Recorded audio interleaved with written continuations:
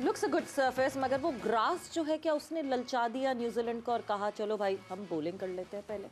थोड़ी sea grass देखिए कहीं वो भी गायब हो जाएगी शायद इतनी गर्मी में। नहीं नहीं, ये मुझे वैसे मेरा तो माइंडसेट बिल्कुल स्ट्रेट वे है। अगर इन पिचों के ऊपर अगर मॉइस्चर है भी है तो आप 5-7 ओवर के ऊपर पूरे मैच का चांस नहीं लेते। exactly. ये दोनों टीमें ऐसी होती हैं जो मॉइस्चराइज पिचों पे खेलने का इनको आइडिया होता है। ये जिस तरह की ब्रांड ये क्रिकेट खेल रहे हैं, इनके पिचों के ऊपर अगर आप 5-6-7 ओवर सर्वाइव कर रहे हो, ये तो 350, 400 स्कोर रन करेंगे। exactly. अच्छा, जो इन बिशप ने बोला है कि square of the wicket 71 metre है दोनों तरफ से, ये और भी डेंजरस हो जाती है बैटिंग सेकंड करते हुए, क्योंकि अगर आप 300-350 रन चेज करते हैं और इनकी बॉलिंग जो है, जो गोरों की बॉलिंग है, ये तो बहुत ज्यादा पिच को यूज करते हैं। ये कटर मारते हैं, इनके दो स्पिनर है मोइन अली और आदिल रशीद। और अगर आप देखें जाए तो अगर टैक्टिकली ये गेम खेलेंगे, टैक्टिकल स्मार्ट गेम ये है कि अब इनको चाहिए कि जो दोनों टीमें ये कोशिश करेंगी कि स्क्वायर ऑफ द विकेट इनको रन करने पड़े, क्योंकि स्क्वायर ऑफ द विकेट जो आपकी ना बाउंड्री लंबी है। तो आप पांचवा फील्डर जो अंदर है, ये तो इसलिए फिर ये मिडॉन का जो गेम और भी अंदर आ जाएगा।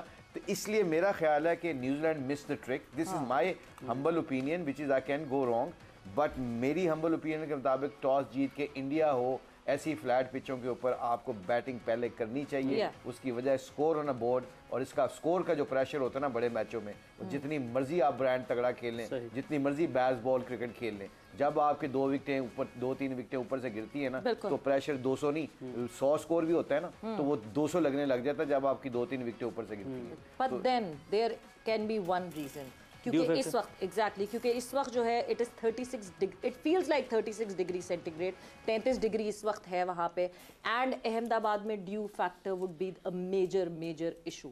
क्या ये भी वजह हो सकती है? ये वजह भी हो सकती है, और हो सकता है कि गलत रीड कर गए हों, क्योंकि वो बटलर भी ये कह रहा था कि मैंने भी टॉस जीत के बॉलिंग ही करनी थी। हो सकता है गलत रीड किया और दोनों ने थोड़ा से पैचेस जो उसने बताए ग्रास के, उस वजह से भी।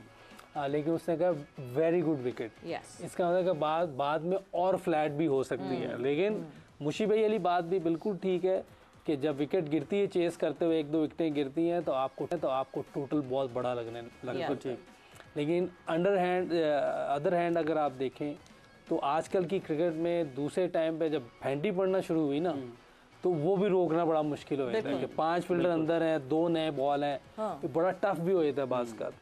तो नज़र ये आ रहा है कि ये मैच जो है बड़ा अच्छा होगा, जो बाद में भी अगर इनकी बैटिंग भी बड़ी स्ट्रांग है, अच्छी बैटिंग है, जो कि विलियमसन नहीं खेला लेकिन उसके बावजूद भी इनकी बैटिंग अच्छी साइड है। इनमें लड़के पावर हिटर भी हैं, जैसे निशम है, वो बहुत अच्छी हिटिंग करता है, क्लीन हिटिंग करता है।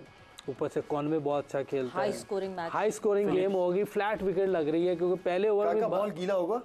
अगर ड्यू हुई तो जरूर, अगर गीला हो रहा है बॉल, ठीक है। एक तो पहले ये कि 2 सेशन इन्होंने किए होंगे पहले मैच से पहले, अगर बॉल गीला हो रहा है तो फिर तो बनता है कि टॉस जीत के पहले बॉलिंग करें। यही हो सकता है, बाद में स्ट्रगल करेंगे बॉलर्स, क्योंकि दोनों ने यही कहा, उन्होंने तो कर ली बॉलिंग, ठीक है, उसने भी यही कहा, ठीक है, बट तो शायद ड्यू फैक्टर भी हो। मगर इसमें फिर यूसुफ ये है कि शायद ये एक बात है, अगर देखा जाए तो जो पिच रिपोर्ट कह सकते हैं कि you always want to bat second here because of the dew factor, क्योंकि ये इनको सिखाया जाता है कि you have to describe the situation of the game. They didn't. और आप 2-3 दिन पहले जो आपको ग्राउंड की रिपोर्टें मिलना शुरू हो जाती हैं, did we get any information कि ड्यू फैक्टर है? मुझे नहीं लगता कि जितना स्प्रे आजकल होता है, पीएसएल में आप देख लें, जब लाहौर में मैचेस होते हैं इतना ड्यू फैक्टर होता है, मगर वो स्प्रे करते हैं तो 20-40 ओवर का पता ही नहीं चलता। स्पेशल इंस्ट्रक्शंस बाय आईसीसी, जहां पे उन्होंने 3 वो इंस्ट्रक्शंस दी थी कि leaving grass on the pitch, एक इंस्ट्रक्शन, दूसरी इंस्ट्रक्शन थी 70 मीटर से छोटी बाउंड्री नहीं होनी चाहिए, और तीसरी थी कि वेटिंग एजेंट यूज होगा कि ड्यू का फैक्टर जो है उसको नलिफाई करना। ये आपने T20 वर्ल्ड कप जो 2020 का मेरा ख्याल 21 का हुआ था दुबई में, उसमें ड्यू फैक्टर था, बिल्कुल था। Win the toss and win the match. Shaheen को वो पड़ी है, वो सिर्फ ड्यू फैक्टर की वजह से पड़ी है। और अगर आप देखें कि जिस टीम ने भी वहाँ टॉस जीता उन्होंने बॉलिंग की है, उन्होंने बैटिंग नहीं की, तो उस वक्त भी इंस्ट्रक्शन तो हुई है, लेकिन ड्यू को आप रोक नहीं सकते अगर पढ़ना शुरू हो जाए। आप जितना मर्जी स्प्रे कर रहे हैं, थोड़ा बहुत बॉल जो है वो सीम गीला हो जाता है, थोड़ा रिवर्स जो थोड़ा बहुत होना होता है वो भी नहीं होता। अच्छा, बॉल हाथ से निकलता है। लाला, जब आपने ये डिसाइड करना होता है कि आप पहले बैट करेंगे या बॉल करेंगे, तो मुखालिफ जो टीम है उसकी स्ट्रेंथ और वीकनेसेस भी देखनी होती हैं। इंग्लैंड का जो बैटिंग ऑर्डर है, 9 लड़के जो है वो अच्छी खासी बल्लेबाजी करते हैं, तो ये भी देखा होगा, अपने ज़हन में रखा होगा न्यूजीलैंड ने ये फैसला करते वक्त, क्योंकि अगर तो चेज पर जाता है इंग्लैंड ज़्यादा लीथल हो जाएगा। देखिए हर चीज़ ही देखती है, जो बड़ी टीम ऐसे नहीं बड़ी बनती, वो अपना पूरा होमवर्क करते हैं, उनके कोचेस बहुत प्रोफेशनल्स होते हैं, काफ़ी अरसे से काम कर रहे होते हैं, तो वो हर चीज़ ही देख के टीम भी अनाउंस करते हैं और प्लान भी उसी मैच के हिसाब से करते हैं। तो हर चीज़ पता होगी, नो डाउट बैटिंग लाइनअप बहुत ही स्ट्रॉन्ग बैटिंग लाइनअप है इनकी, बहुत तगड़ी है। और जिस तरह की इंडिया की पिचें होनी है, मेरे ख्याल में इंग्लैंड मुझे लग रहा है ये बड़े रन करेगी, ये हर टीम के खिलाफ बड़े रन करेगी। अच्छा, दिलचस्प अभी सूरत हाल ये कि पहले ओवर में 12, दूसरा ओवर मैडन गया। सॉरी, पता क्या है, ये जो आपने बड़ा अच्छा क्वेश्चन रेज किया है। मुझे लगता है कि जो इंग्लैंड की वीकेस्ट लिंक है ना, वो उनकी बॉलिंग है। और न्यूजीलैंड जो है ना, ये जो हम न्यूजीलैंड के ना स्नीक्स इन, वो चुपके ऐसे निकल गए सेमीफाइनल में पहुंच जाते हैं। ये मैथमेटिकली बड़ी स्मार्ट क्रिकेट खेलते हैं। इनके जो जितने भी लोग हैं ना, जो पीछे बिहाइंड द सीन है, वो अपनी स्ट्रेंथ को सामने रख के ऑपोजिशन को पकड़ते हैं। डाटा का गेम शुरू इन्होंने शुरू किया, न्यूजीलैंड ने किया, क्योंकि इनकी रग्बी में डाटा इन्होंने लेके आए, रग्बी में इन्होंने सारा कुछ ये इन्वॉल्वमेंट की है, उसकी वजह से इनको क्रिकेट में भी फायदा हुआ है। और इनका जो आपने जो ये क्वेश्चन किया ना, इस क्वेश्चन के ऊपर अगर इन्होंने